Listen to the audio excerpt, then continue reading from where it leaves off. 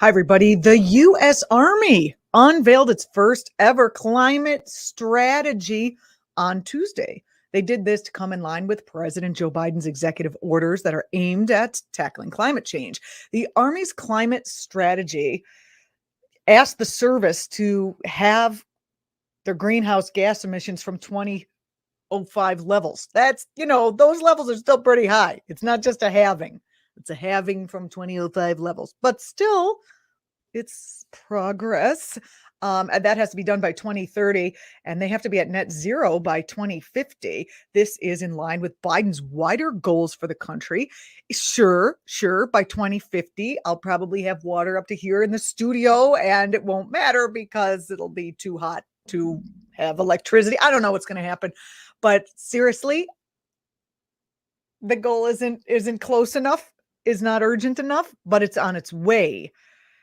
So I think that's good. It's a start to get in the direction that we're going. A start is on its way to a win. So anyway, good on Joe Biden. What did Trump do? By the way, let's remember, I like to always call to mind what Trump did, except promise coal deregulation, plow down a butterfly sanctuary to build an unnecessary wall. And I think he opened national lands to drilling. That's what the last guy did. So we're moving in the right direction. The interesting part to this, though, is that the new plan focuses on both reducing greenhouse gas emissions and getting infrastructure and soldiers ready for the impact of climate change and the increasing extreme weather events. We got some extreme weather events ready to show you. Getting soldiers ready may include John Carly, got to catch up. What happened to you? I got images. We're flying past my images. Anyway, getting soldiers ready may include changing the conservative soldiers' minds about the actual existence of climate change. A good percentage of soldiers ascribe to the party that continues to deny climate change and call for policies that are cool with, like, polluting and destroying. I won't name names, but with direct impacts on the soldiers' work, on their missions, on their actual bodies. They're going to be steeped in the conversation that climate change is real, and they're going to be working to mitigate it, and they will be affected by it. And they may just bring their awareness back to the ballot box. We can hope, right?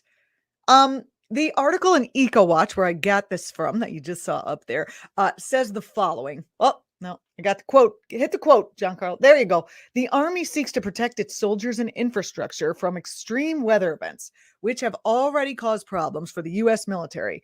In 2018, Hurricane Florence caused around $3.5 billion in damages to Camp Lejeune in North Carolina, and that's from CNN reports. The next year, flooding caused $500 million in damages to Offutt Air Force Base, say that 10 times fast, up in Nebraska. My outfit is a hopeful outlook, right?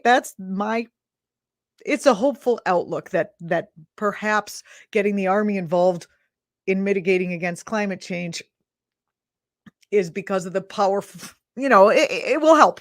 It will help. It will help change minds.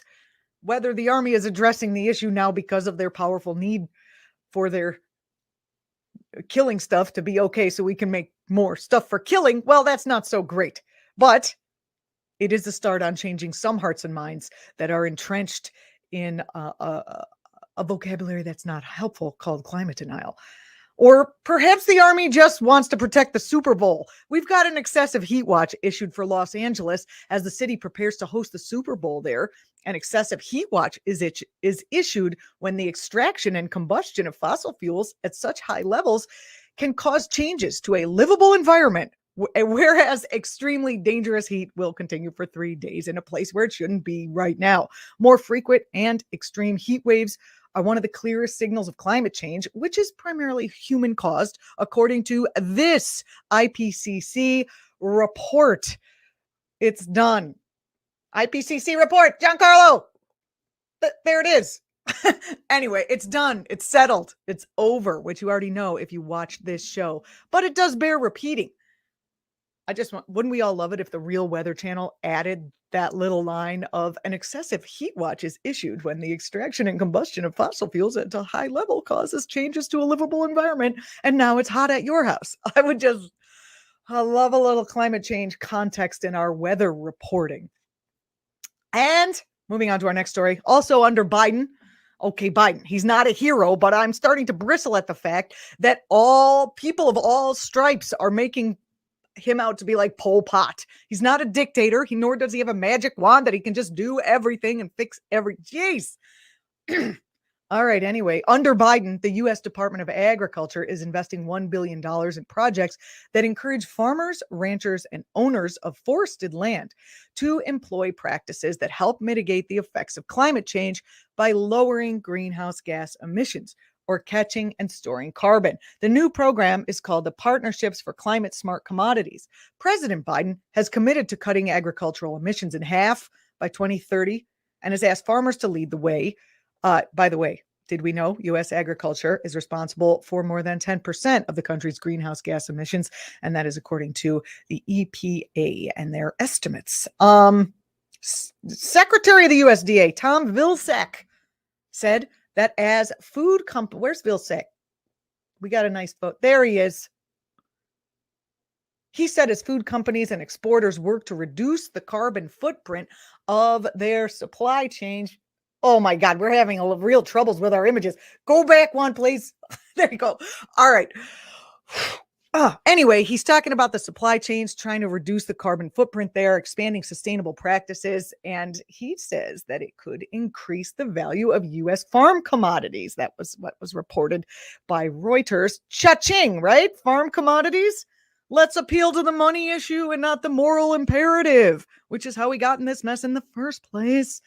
Personally, I'm really looking forward to people finding out that you can follow your moral imperative of do no harm and still have personal and community abundance. Isn't that a nice picture of abundance? Darwinism may be the way the world we get is given to us, but charitable, progressive humanitarianism is the way of the world we can choose to evolve into. And final point here, going back to the money is the only language we speak issue. Here's the quote time, Giancarlo. Vilsack told Reuters, "We think there's an emerging opportunity here as consumers demand more sustainably produced food here in the U.S. and certainly in the export market. Well then, buying those recycled napkins and IPM honeydew melons actually is having an effect here. What we do at home does push policy. Makes me feel good about what I can do." That's it for the headlines. Stay tuned. Our interview is up next. You are watching Act TV.